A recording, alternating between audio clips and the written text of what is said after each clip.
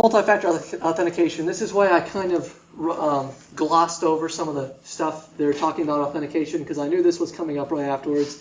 And I do talk about regular, just single-factor authentication, but the goal was to get you introduced to everything in one presentation in a simple survey-like manner. So what is authentication, first off?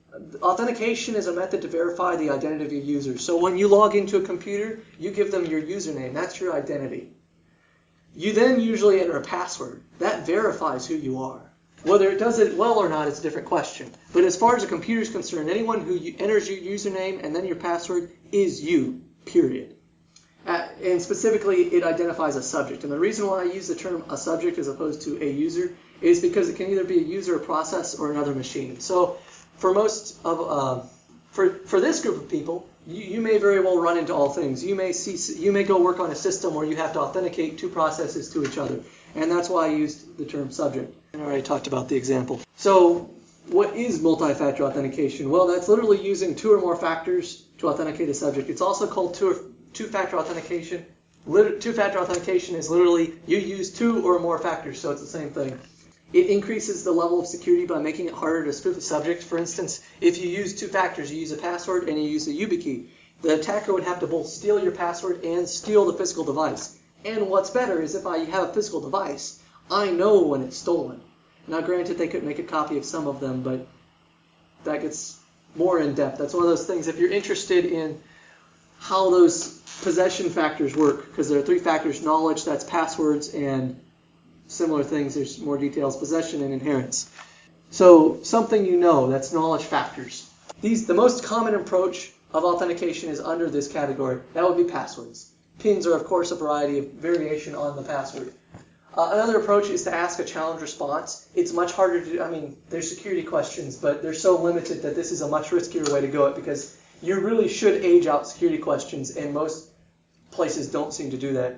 This is what you used to say when I might say, "Who goes there?" And you give back information. And finally, you can just enter passwords. So like on the Android, there's that whole pattern tracing thing that he might be using right there even. So those are the basic knowledge factors types. Then there's the possession factors. These are something you know. This utilizes an object, some sort of physical device usually, to authenticate the identity of the subject. A really simple mechanism is an ID card.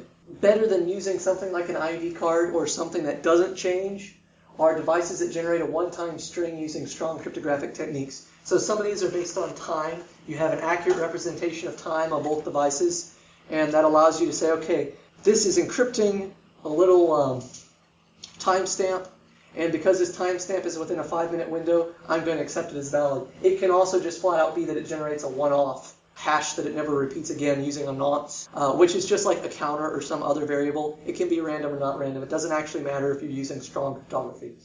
So examples are like smart cards, YubiKeys, and those little keychain code generators that you might have seen. They come with some software. You have to go type it in, and every time you want to log in, you have to type in this little string of digits. Even a smartphone can actually do this. I don't know if anybody uses Google Authenticator. I think they have a smartphone version. Google, again, and along with other sites, will text you a code, and you can use that to log in. And because that requires that you have that phone, you would have to both have your password stolen and have your phone stolen and have them know how to use the phone for that purpose in order to have this method get compromised. Of course, if you use it with your phone, there's additional risks that it gets hacked. You guys have probably seen some of the overdramatic stories on the media where they're saying, we're all going to have our cell phones get hacked.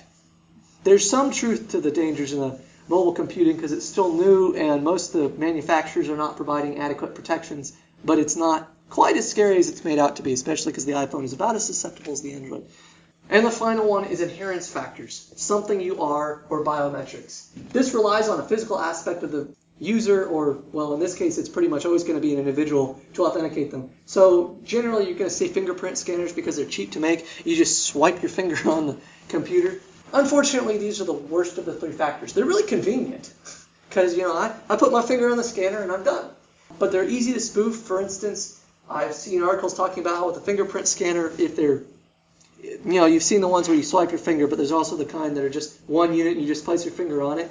I've seen examples where you can put like a bag full of water, a little plastic bag full of water, and it'll put pressure on it, and because there's oil left on the reader, it'll actually scan. Some of them use tricks to attempt to identify that there's actually a person's finger there, but even those are usually fairly easy to spoof. Many of them, it literally boils down to take a photocopy or a picture of the person's finger and put your finger behind the printout.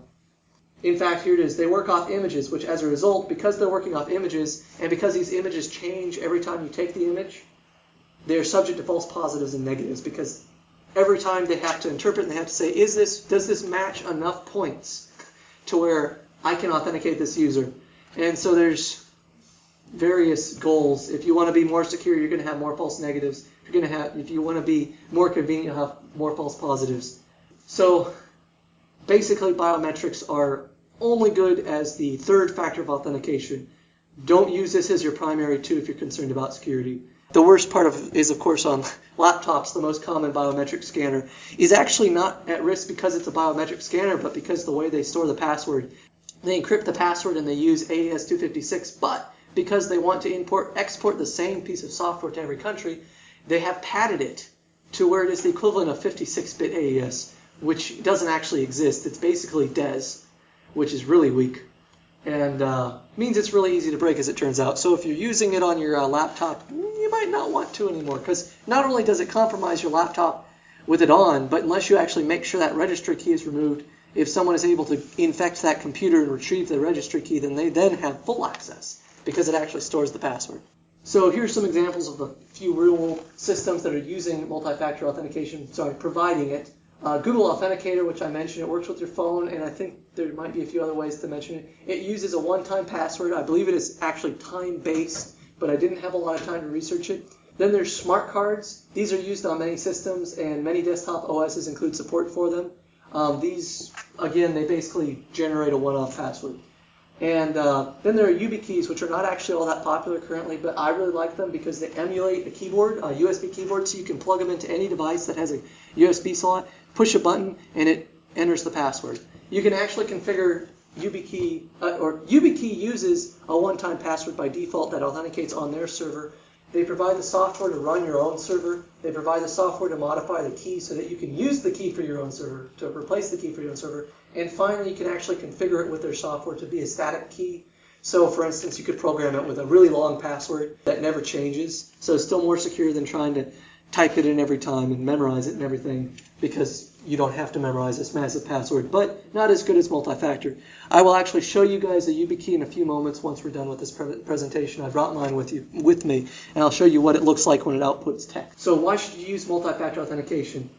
I mentioned it. It's harder to compromise accounts because it takes more than just a leaked password now. You actually have to physically get a device. Of course, with biometrics, like I said, it's not good. And of course, there's always the Hollywood approach to biometrics, which is usually where the bad guy removes your eyeball or cuts off a finger, which, by the way, can work on some of the devices. So even more incentive not to use biometrics. You'll get your fingers chopped off. So it makes it harder for a user to repudiate their actions. So if I signed into Amazon with a YubiKey, then it would be harder for me to claim that I did not order something, because they can say, well, do you have your YubiKey still? You logged into us to dispute this claim. Obviously, you still have your YubiKey. And that's not as good for the end users in some respects, but because it increases the trust in the system, in the long run, it is better for the users. And finally, it's especially good for use on important accounts such as banking, email, and whatnot. So finally, there's just a couple links of interest. There's actually a directive out there which requires the use of two-factor authentication, they're calling it. So Homeland Security Directive 12. Took me a few minutes to find a link that was not on USDA. Don't know why. Don't know why it was there first before anywhere else. That's not actually been implemented yet, as I recall. Then, of course, there's Google Authenticator. I've talked about that. And finally, the YubiKey. And the reason why I like to put these up here is because I'll be uploading this presentation, so you can click to link on them.